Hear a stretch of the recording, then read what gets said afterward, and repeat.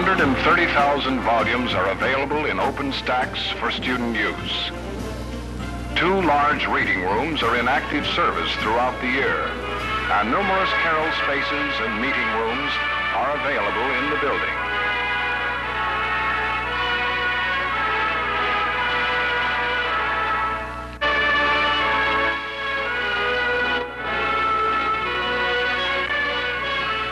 Here also, students find employment to defray expense. And here is Hideko Tamuri, one such employee at the library. A book. Another book. Books up to the hour, or jaundiced with age. The best and the worst that has been thought, said, and done in the world waits for discerning eyes in back of a book. Getting books out of the stacks is the first step in getting ideas into a student's head. President Howard Lowry of Wooster says the major problem of almost any college is to get a young person in back of a book every day and to keep him there, conscious, for a reasonable stretch of time.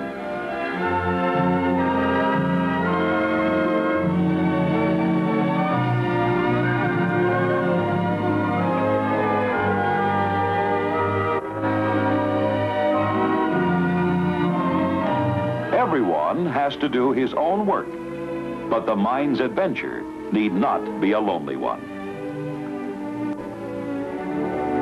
A student may ask himself, what can I hope to get in 4 years at college? What has a college of the liberal arts and sciences to give? The steel, glass, and limestone that have gone into the new library at Wooster do not make a cage for the mind, but help set it free.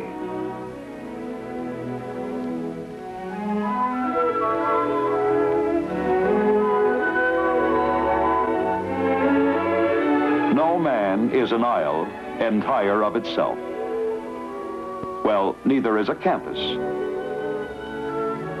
But can a student who lives in a dormitory reading books really learn much about the poverty, hunger, and dirt of a distant slum? Does a college vista give any deeper perspective to the industrial complex of the 20th century? Understanding history means following the long, hard struggles with frequent defeats through which civilizations have been born. In a similar way, religious faith is not a retreat from life, but an affirmation of it, giving courage to be part of one's own times. But the main business at the College of Wooster is still to get the student back of the book. Taking books from the library and jotting ideas on index cards is like playing a game of solitaire. Nobody else does it for you.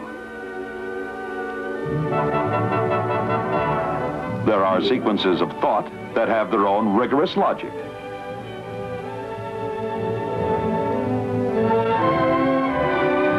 The natural curve of the melody that possesses its own truth. Mathematical relationships that weave their own shapes. In the freshman and sophomore years, one learns to collect material, sort it out, and arrange ideas clearly on paper. A medieval scribe remarked, 3 fingers right, and the whole body is in travail. The beautiful changes in such kind ways, wishing ever to sunder things and things selves for a second finding, to lose for a moment all that it touches back to wonder. Our lives are rich in this common glory. The fragment of a song after many years, a voice or face recalled, the well-remembered place on land or water, the night sky above the desert or the sea, a child's awful innocence, or an old man's awful quiet. Any one of these will serve. And not all of it is recollection. The second findings arise from something newly ventured and discerned.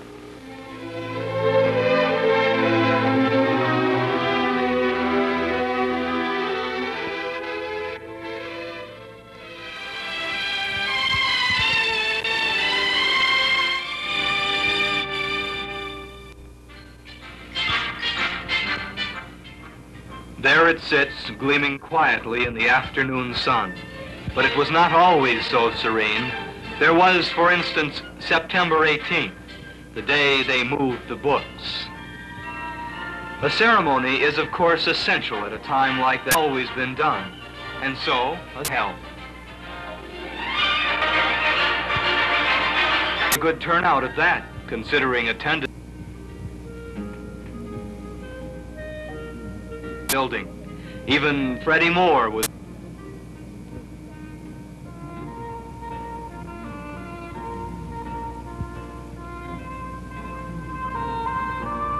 In the morning, the talking was easy, but in the afternoon, it took more than talking. It took generalship.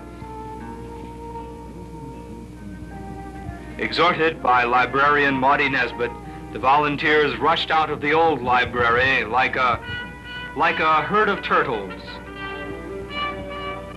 Lines of march had been carefully defined, and workers labeled with colored lapel tags, which were lost promptly by some.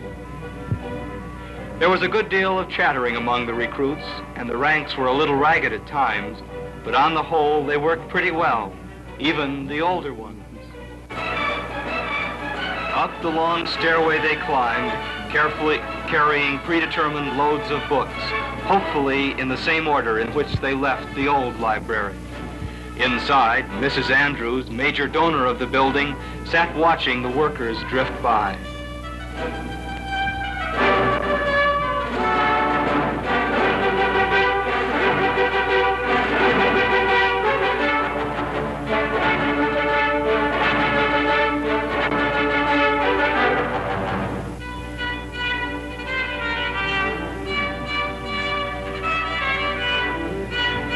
At the end of the line, back in the stacks, the volunteers deposited their burdens and started back for more.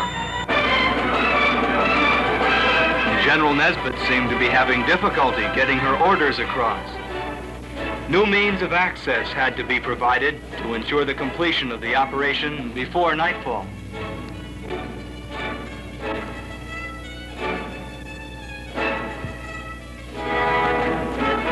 All afternoon, the lines moved back and forth across the lawns and sidewalks in typical Wooster weather. It was a gala afternoon indeed, with presidents and chauffeurs vying to see who could carry the most books. Gold bricking was carried to new heights.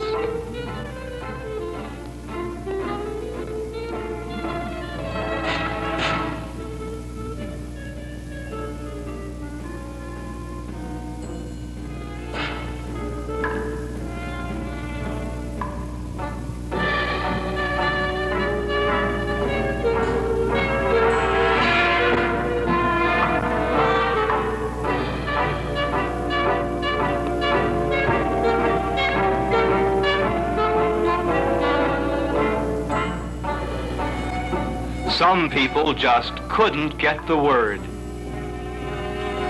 It was a day charged with vitality and dedication to the job at hand. To the victor belongs the spoils, and so the workers were rewarded. Mobile kitchens were on hand to feed the hungry troops. Souvenir stands did a roaring business. And the day ended in a blaze of Eskimo pie.